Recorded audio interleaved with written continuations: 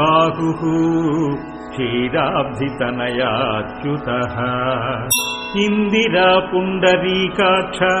रमा गरुडवाहनः भार्गवी शेषपर्यङ्को विशालाक्षी जनार्दनः स्वर्णांगी वरदो देवी हरिरिन्दुमुखी प्रभुः सुन्दरी नरकध्वंसी लोकमाता मुरान्तकः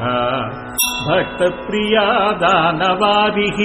अंबिका मधुसूदनः वैष्णवी देवकी पुत्रो रुक्मिणी केशिमर्दनः वरलक्ष्मी जगन्नाथः कीरवाणी हलायुधः नित्या सत्यव्रतो गौरी सौरिः कान्तासुरेश्वरः नारायणी हृषीकेशः पद्महस्ता त्रिविक्रमः माधवी पद्मनाभश्च स्वर्णवर्णा निरीश्वरः सती पीताम्बरः शान्ता वनमाली क्षमानगः जयप्रदा बलिध्वंसी वसुधा पुरुषोत्तमः राज्यप्रदाखिलाधारो माया कंसविदारणः महेश्वरी महादेवो परमा पुण्यविग्रहः रमा मुकुन्द सुमुखी मुचुकुन्द वरप्रदः वेदवेद्याब्धिजा माता सुरूपाकेन्दुलोचनः पुण्याङ्गना पुण्यपादो पावनी पुण्यकीर्तनः विश्वप्रिया विश्वनाथो वाग्रूपी वासवानुजः सरस्वती स्वर्णगर्भो गायत्री गोपिका प्रियः यज्ञरूपा यज्ञभोक्ता भक्ताभीष्टप्रदा गुरुः स्तोत्रक्रिया स्तोत्रकारः सुकुमारी सवर्णकः मानिनी मन्दरधरो सावित्री जन्मवर्जितः मन्त्रगोत्री महेश्वासो योगिनी योगवल्लभः जयप्रदा जयकरः रक्षित्री सर्वरक्षकः अष्टोत्तरशतं नाम्नां लक्ष्म्या नारायणस्य च यः पठेत् प्रातरुद्धाय सर्वदा विजयी भवेत् सर्वदा विजयी भवेत् इति श्रीलक्ष्मीनारायणाष्टोत्तर शतनामस्तोत्रम् सम्पूर्णम्।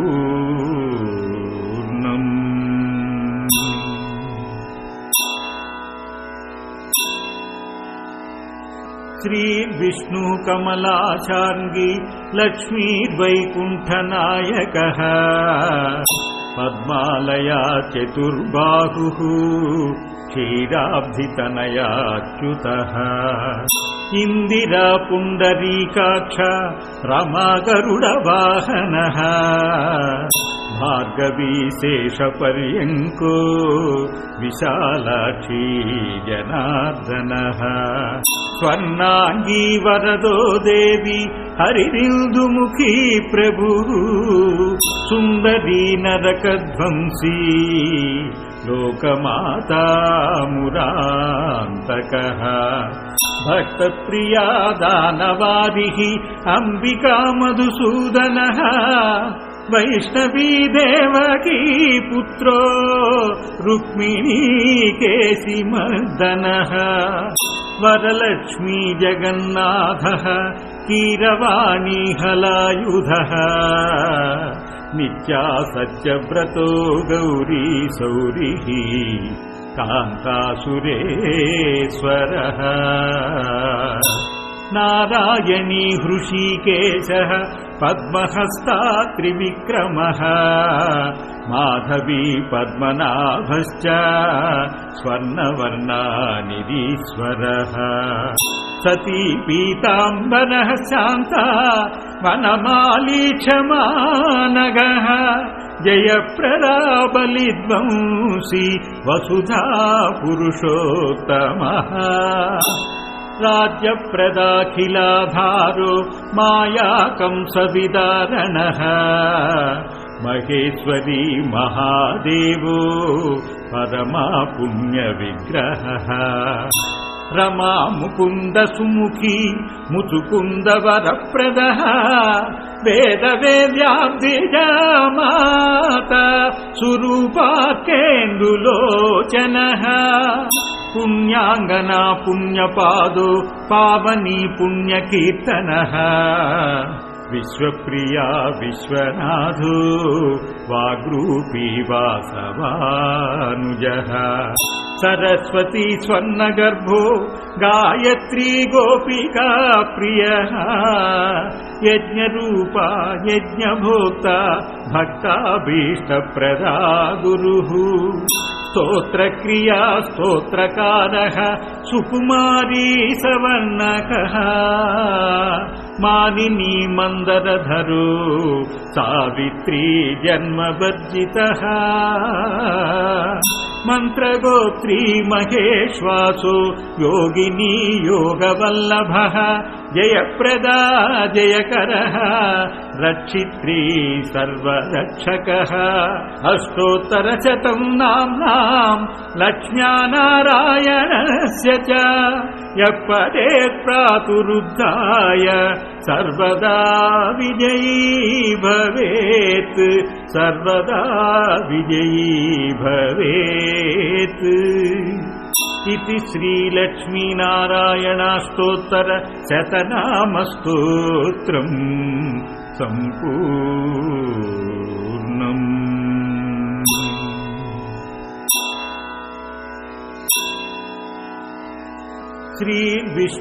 श्रीविष्णुकमलाशार्ङ्गी लक्ष्मीर्वैकुण्ठनायकः पद्मालया चतुर्बाहुः क्षीराब्धितनयाच्युतः इन्दिरा पुण्डरीकाक्ष रमा गरुडवाहनः भार्गवी शेषपर्यङ्को विशालाक्षी जनार्दनः स्वर्णाङ्गी वरदो देवी हरिरिन्दुमुखी प्रभुः सुन्दरी नरकध्वंसी लोकमाता मुरान्तकः भक्तप्रिया दानवारिः अम्बिका मधुसूदनः वैष्णवी देवकी पुत्रो रुक्मिणी केशिमर्दनः वरलक्ष्मी जगन्नाथः कीरवाणी हलायुधः नित्या सत्यव्रतो गौरी सौरिः कान्तासुरेश्वरः नारायणी हृषीकेशः पद्महस्ता त्रिविक्रमः माधवी पद्मनाभश्च स्वर्णवर्णानिधीश्वरः सती पीताम्बरः शान्ता वनमाली क्षमानगः जयप्रदा बलिध्वंसी वसुधा पुरुषोत्तमः राज्यप्रदाखिलाधारो मायाकंसविदारणः महेश्वरी महादेवो परमा पुण्यविग्रहः रमा मुकुन्द सुमुखी मुचुकुन्द वरप्रदः वेदवेद्याब्धिजा माता सुरूपाकेन्दुलोचनः पुण्याङ्गना पुण्यपादो पावनी पुण्यकीर्तनः विश्वप्रिया विश्वनाथो वाग्रूपी वासवानुजः सरस्वती स्वर्णगर्भो गायत्री गोपिका प्रियः यज्ञरूपा यज्ञभोक्ता भक्ताभीष्टप्रदा गुरुः स्तोत्रक्रिया स्तोत्रकारः सुकुमारी सवर्णकः मानिनी मन्दरधरो सावित्री जन्मवर्जितः मन्त्रगोत्री महेश्वासो योगिनी योगवल्लभः जयप्रदा जयकरः रक्षित्री सर्वरक्षकः अष्टोत्तरशतं नाम्नां लक्ष्म्या नारायणस्य च यः पठेत् प्रातरुद्धाय सर्वदा विजयी भवेत् सर्वदा विजयी भवेत् इति श्रीलक्ष्मीनारायणाष्टोत्तर शतनामस्तोत्रम् सम्पूर्णम्।